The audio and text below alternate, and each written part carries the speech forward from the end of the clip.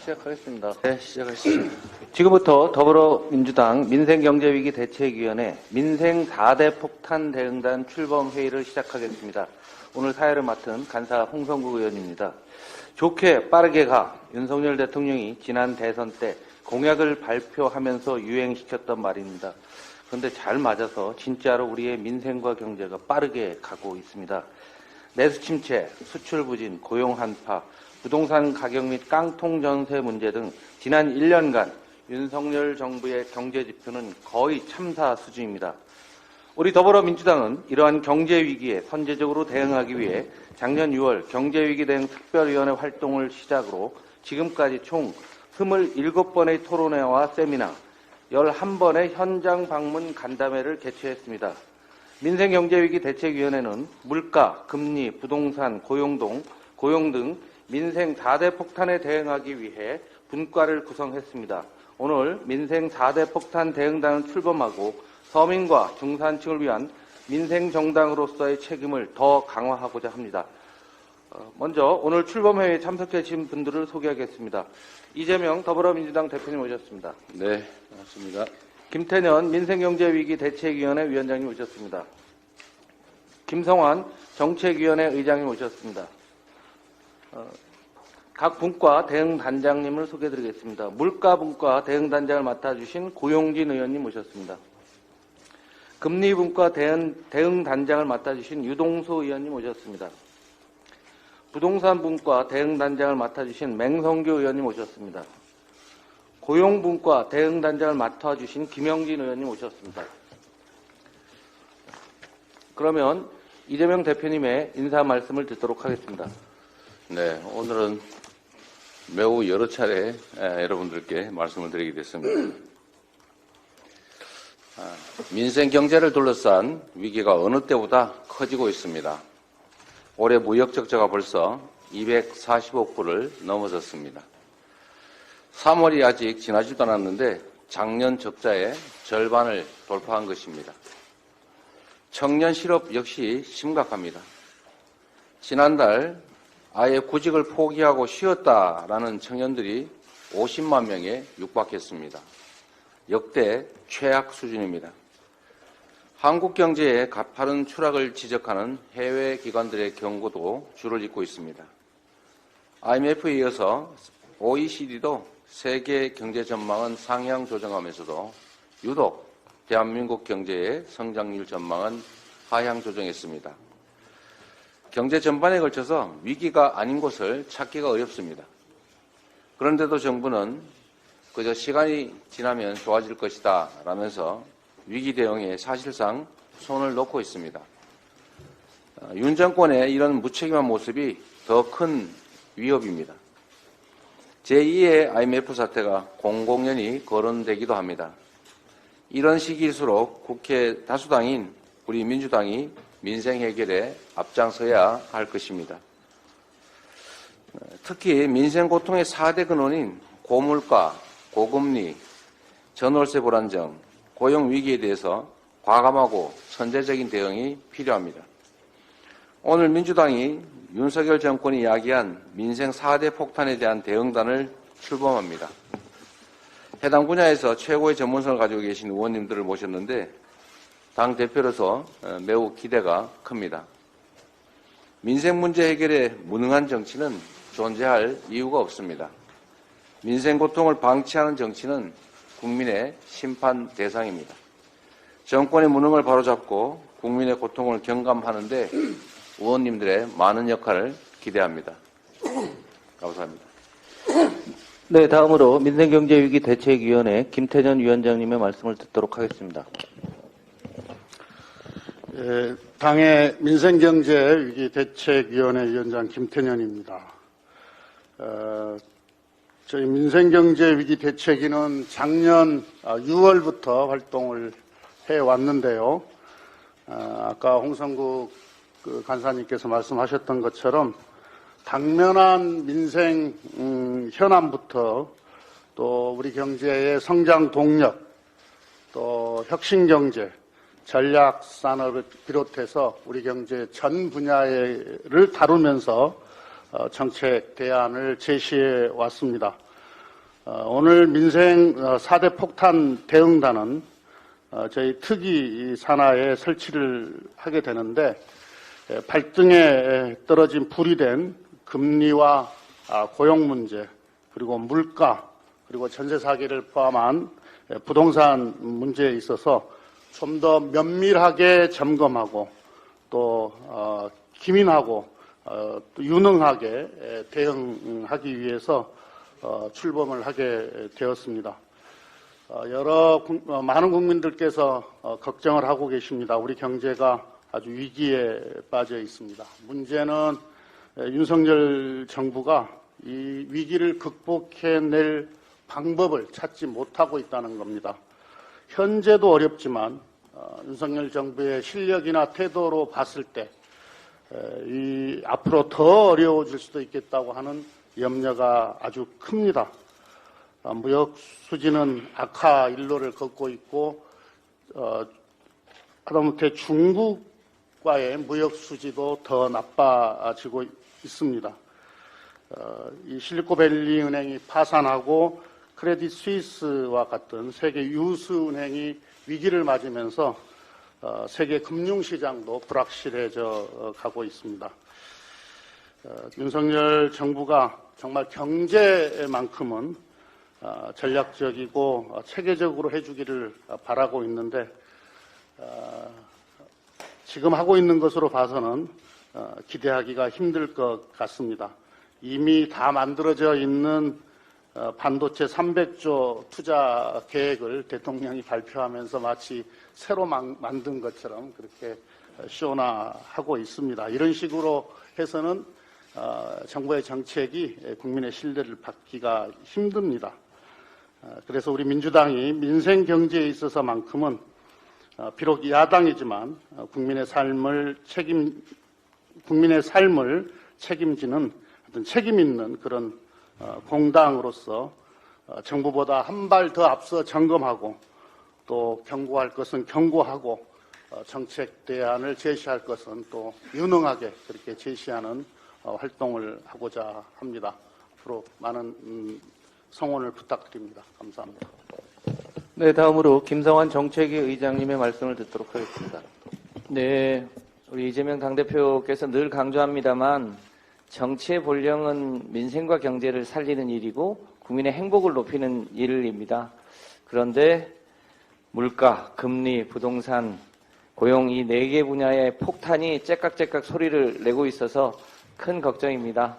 정책위에서 이 폭탄이 터지지 않고 뇌관을 잘 제거할 수 있도록 최선을 다해서 지원하겠다는 말씀 드립니다. 고맙습니다.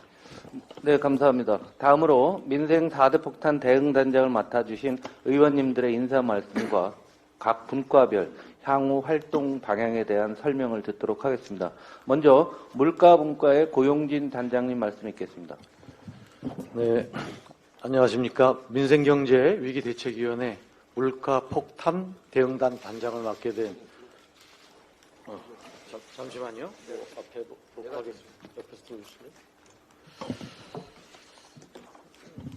네, 노원갑 국회의원 고용진입니다. 작년 5월부터 9개월 연속 5%대를 기록하던 소비자 물가가 금년에는 좀 주춤해서 2월에 4.8%로 하락했습니다. 한국은행의 기준금리 인상과 경기 둔화로 소비자 물가는 하반기에는 3% 초반까지 이렇게 하락할 것으로 전망하고 있습니다. 다만 물가의 추세적 흐름을 나타내는 근원 물가는 작년 5월부터 10개월 연속 4%대 고물가가 이어지고 있고 국제 유가나 또 원 달러 환율을 비롯한 거시경제의 불확실성 요소가 여전히 물가 불안을 자극하고 있습니다. 무엇보다 2월 도시가스 요금은 작년 같은 기간에 비해서 36.2%, 또 지역 난방비는 34%, 전기료는 29.5%가 올랐습니다. 고물가, 고금리에 이런 공공요금 인상까지 겹치면서 서민과 중산층의 고통은 버티기 어려운 수준까지 치닫고 있습니다. 소득은 제자리인데 물가는 크게 오르면서 가계의 실질 소득은 2분기 연속 감소했습니다. 가계의 살림살이가 쪼그라들면서 살기가 너무 팍팍하고 어려운 실정인데 정부의 가시적인 대책은 보이지 않고 있습니다. 실상 지난해 정부가 올린 난방비, 전기요금이 고물가 폭탄의 주범이 되었습니다. 잡으라는 물가는 잡지 못하고 물가 안정을 책임져야 할 정부가 오히려 물가 불안을 부채질한 것입니다. 공익성과 수익성의 균형을 고려해 고물가 기조에는 공공요금을 동결하거나 또는 인상의 폭과 속도를 최대한 늦추는 방향으로 갔어야 했는데 작년 말 가스요금과 전기요금을 너무 급격히 올려서 물가 불안을 자극한 것입니다. 지금 국제 원유와 천연가스 가격은 이미 우크라이나 전쟁 이전 수준으로 하락했습니다. 한전과 가스공사의 적자와 미수금은 유가와 천연가스의 추이를 보면서 장기에 걸쳐 해소하는 방향으로 가야 합니다. 정부는 지난 2월 상반기 공공요금을 동결하겠다고 급하게 밝혔습니다. 그런데 아직까지 2분기 전기요금과 가스요금 동결에 대한 명확한 입장을 밝히지 못하고 있습니다. 정부는 상반기 전기요금과 가스요금 동결에 대해 국민과의 약속을 지켜야 합니다. 아울러 4월 말 종료 예정인 유류세 인하 조치도 물가가 확고히 안정기조로 정착될 때까지 연장해야 합니다. 향후 민생경제위기 대책위 물가폭탄 대응단은 물가 안정, 또 생계비 절감을 위한 중장기적 정책 과제를 발굴하고 정책 대안을 제시하는 방향으로 활동하고자 합니다. 특히 공공요금 인상, 또 4월 종료 예정인 유류세 인하, 그리고 전기료 상승에 따른 여름철 냉방비 문제, 또 대중교통요금 인상 등 다가올 주요 이슈들을 꼼꼼히 살펴보도록 하겠습니다. 고물가의 어려움을 겪고 있는 소상공인과 자영업자의 민생 현장을 직접 찾아가 국민의 의견을 청취하고 수렴하는 현장 간담회도 추진하겠습니다. 아울러 여름철 냉방비, 하반기 대중교통요금 인상 등과 관련해 전문가들과 시의성 있는 정책 토론회를 진행해 대안을 내놓도록 하겠습니다. 어려운 경제위기 속에서 서민과 중산층의 경제적 부담을 덜어드리고 민생 회복에 희망을 드릴 수 있도록 최선을 다하겠습니다. 고맙습니다. 네, 수고하셨습니다. 다음으로 금리분과의 유동수 단장님께서 말씀을 읽겠습니다. 예. 예, 이게 춘향전에 나오는 그 대목인데요. 가성부채 원송구란 말이 있습니다. 은행은 당 교수님이 크게 증가하면서 풍악소리를 높이고 있고 국민은 원송소리가 자자합니다. 고금리로 민생이 파탄 지경에 이르는데 은행은 성과급 파티를 하고 있습니다. 저는 이번 민생 4대 폭탄 대응단의 금리 폭탄 대응 단장을 맡은 유동수입니다. 저희들은 이번에 분과위원으로 진선미 의원, 김한규, 민병도, 오기영, 이용호 의원을 모셨습니다. 진선미 의원님은 다중채무자에 대한 우려, 그리고 김한규 의원님은 정부의 신관치금융의 문제점, 민병덕 의원은 예적금 담보대출 중 과다 수취한 이자에 대한 문제, 오기영 의원님은 은행권의 사회적 책임 강화 방안, 이용호 의원님은 금리나 요구권의 실질화 필요성에 대해서 지적하고 계십니다. 5분 모두 기재위 정무위에서 맹활약하고 계시는 분들을 모셨습니다. 미국은 지난해 3월부터 올해 2월까지 425bp의 금리 인상을 단행했습니다. 미 연준의 금리 인상은 우리나라의 금융기관들의 자금 조달 비용을 증가시키고 자금 조달 비용의 상승은 대출금리 상승으로 이어지고 있습니다. 고금리 여파로 인한 내수 투자, 또 소비 위축, 수출 부진, 대한민국 경제 성장률의 전망을 어둡게 하고 있습니다. 최근에 한국은행은 경제 성장률 전망치를 1.6으로 낮췄고 노무라 증권은 마이너스 0.4%라는 수치를 내놓고 있습니다. 우리도 지난해 4월부터 올해 2월까지 225bp 금리를 인상했습니다. 자세히 살펴보면은 2021년 8월부터 시작해서 11번의 기준금리 인상을 단행했고, 이 한국은행 자료에 따르면 금리가 1% 오를 때마다 자영업자 이자 부담이 238만 원 늘어난다고 합니다. 이를 단순 계산해도 1년 전보다 535만 5천 원의 이자를 추가로 부담하고 있는 것입니다.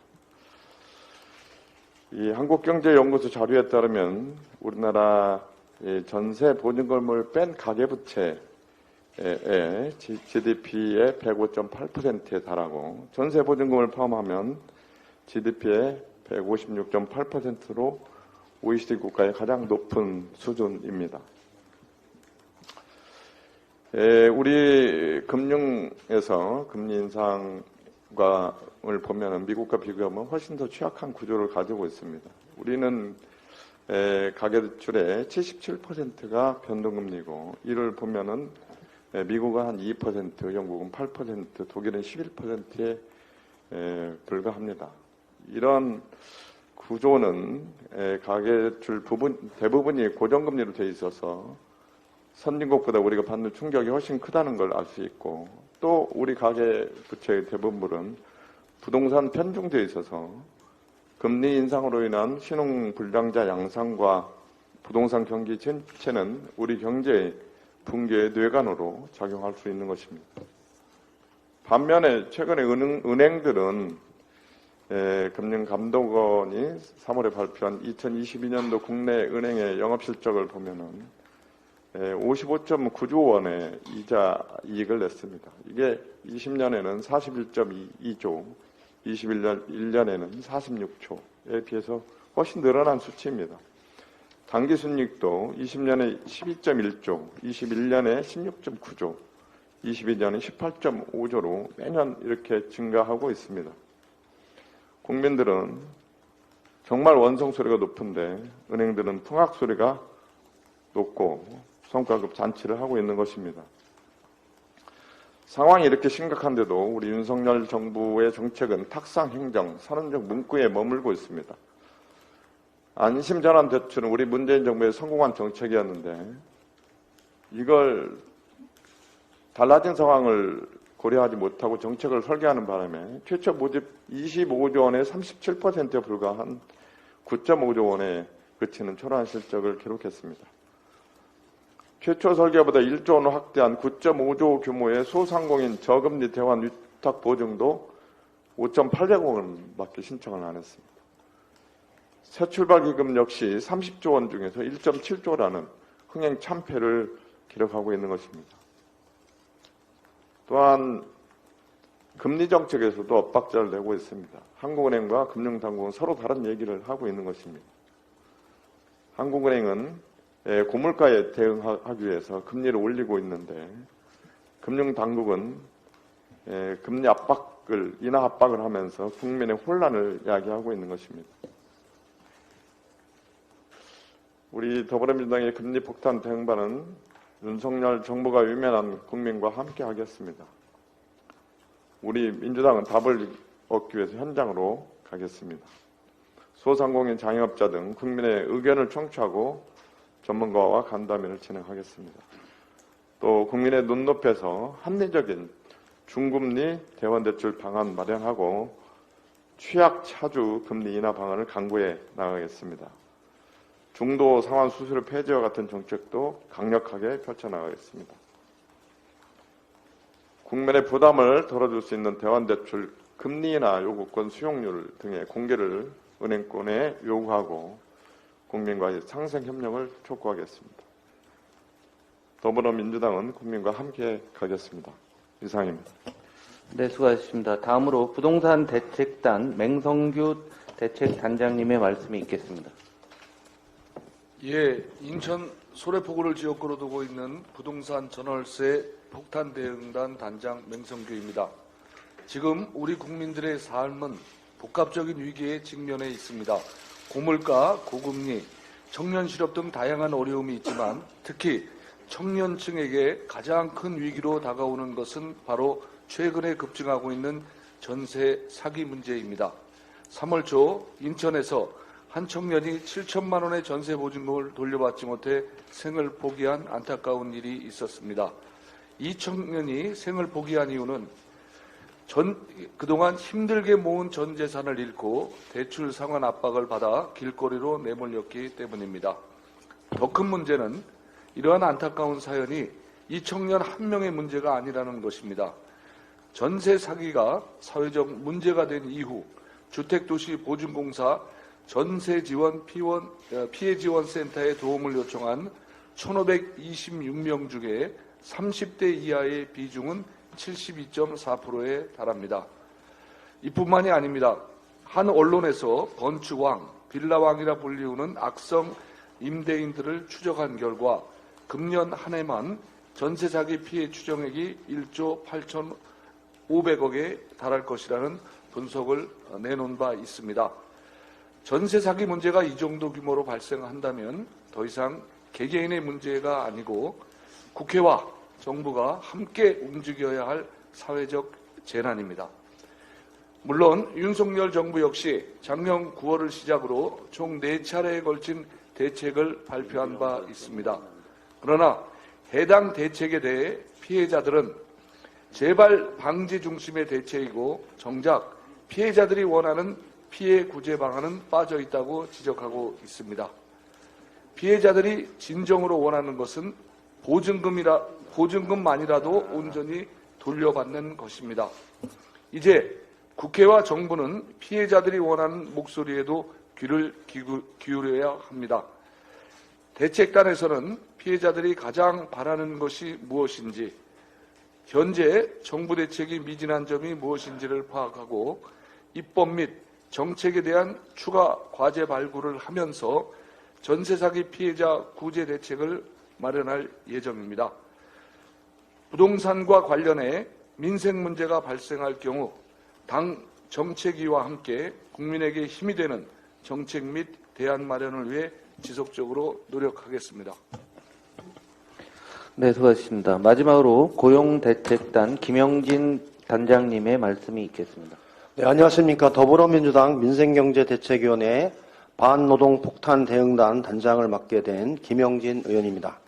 이번 달 15일에 발표된 통계청의 2023년 2월 고용 동향을 보면 경기 불황에 따른 고용 한파가 얼마나 심각한지 지표상으로 잘 드러납니다.